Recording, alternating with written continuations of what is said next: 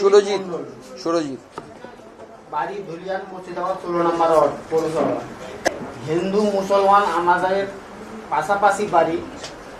আমরা ওখানে তো 100টা হিন্দুর বাড়ি আছে আর 4-5 হাজার মুসলমানের বাড়ি আছে। কোনোদিনও ঝামেলা হয়নি, আমরা ভাবতেও পারিনি যেরকম হবে। তো হঠাৎ করে মৌলানা সাহেব মসজিদে এলাউ করে দিল কি যেগুলো হিন্দু আছে সবকে কেটে নদীতে ভাসিয়ে দাও, বাড়ি ঘর লুটপাট করে দাও, আগুন জ্বালিয়ে দাও, কিছু হবে না। যত হিন্দু আছে কেটে নদীতে ভাসিয়ে দাও, বাড়িঘর লুটপাট করে আগুন জ্বালিয়ে দাও। স্থানীয় মসজিদ থেকেই বলেছিলেন নাকি কোনো মৌলানা। নমস্কার বন্ধুরা, আমার নাম ধ্রুবজ্যোতি সরকার। ভাবুন অবস্থা পশ্চিমবঙ্গে, একেবারে সিনেমার মতো। শুনুন, আক্রান্তদের মুখেই শুনুন আসল সত্যটা কি। পুলিশ প্রশাসন এলো, পুলিশ প্রশাসন পালিয়ে যাচ্ছে।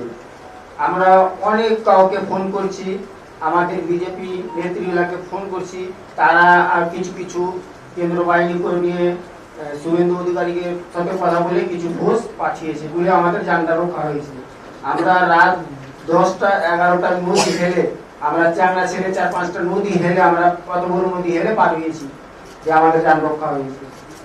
আমার 12 বছরের ইনকাম, কিছু শ্বশুর বাড়ি থেকে সোনা গয়না পেয়েছিলাম, ওইগুলো ব্যাগে ছিল। 12 বছর কাজ করে বাইরে খাটি আমি, ওইগুলো পয়সা সব জোগাড় করে মনে হয় 1,20,000 টাকা মতো হতো, সব ব্যাগে নিয়ে আসছিলাম। 10-12 জন মিলে আমার গলায় ছিঁড়ি লাগিয়ে টাকায় পয়সা সব কেড়ে নিয়েছে, জানে বেঁচে বেরিয়েছে। লক্ষ্মী ভান্ডার পেত আমার স্ত্রী। আর কেউ বলবে আপনাদের মধ্যে থেকে? কাউন্সিলর কে ছিল আপনাদের কাউন্সিলর? আমাদের 16 নম্বর ওয়ার্ডের কাউন্সিলর ছিল মেহবুব আলম। তো তাকে ফোন করেছিলেন না তাকে যে তাকেও ফোন করেছি, উনি আসছে, একদিক দিয়ে আসছে মুসলমান নিয়ে, বাগান দিয়ে বাড়াচ্ছে, আবার কিছু দিক থেকে হামলা করে দিচ্ছে। মানে ওনারাই করছে। মসজিদে কখন এটা বলা হয়েছিল? যখন ঝামেলাটা লাগে তখন শুক্রবার শনিবার বিএসএফ এসেছিল, তখন হয়েছে। জুম্মা পড়া হলো, তারপর থেকে বলছে কি সব আপনা আপনা অস্ত্র নিয়ে বাড়িয়ে যাও। শনিবারও দিন বলেছে, শুক্রবারও দিনও বলেছে। আসুন আরো ঝগড়াটাকে আরো থামবে কি আরো বাড়িয়ে দিচ্ছে। আরো বলে না কি ঝগড়া করতে হয় না কি বেরাস না, কেন থামছে না? দেখুন আজকে মাননীয় মুখ্যমন্ত্রী অভিযোগ করেছেন বাংলাদেশ থেকে নাকি দাঙ্গা করানো হয়েছে, কিন্তু স্থানীয় মানুষরা কিন্তু তাদের অভিজ্ঞতা অন্য বলছে। স্থানীয় মসজিদ থেকে কিছু দুষ্কৃতকারী ইমাম সাহেব না কে আমরা জানি না, কিন্তু যদি কোনো ইমাম এই কাজ করে থাকে, আমার মনে হয় তার ইমামতি করার মতো নৈতিক অধিকার আর নেই। তিনি একজন ধর্মের গুরু, তার উচিত ধর্মে কোনটা ভালো কোনটা খারাপ তার শিক্ষা দেয়া। কিন্তু তিনি যদি এই কাজ করে থাকেন, বা যে কোনো ধর্ম প্রতিষ্ঠান থেকে যদি এই ধরনের কাজ হয় যে দাঙ্গা উস্কানো হচ্ছে, মুখ্যমন্ত্রী তো কথায় কথায় অভিযোগ করেন যে কংগ্রেস বিজেপি সিপিএম সবাই নাকি দাঙ্গা করাচ্ছে, তাহলে স্থানীয় মানুষ যে বলছে যে মসজিদ থেকে অ্যানাউন্স হয়েছে, এটা আমিও আগে আপনাদেরকে বলেছিলাম যে মসজিদ থেকে অ্যানাউন্স করেছে কিছু মানুষ, কেন সেই জায়গাগুলোর বিরুদ্ধে ব্যবস্থা হবে না?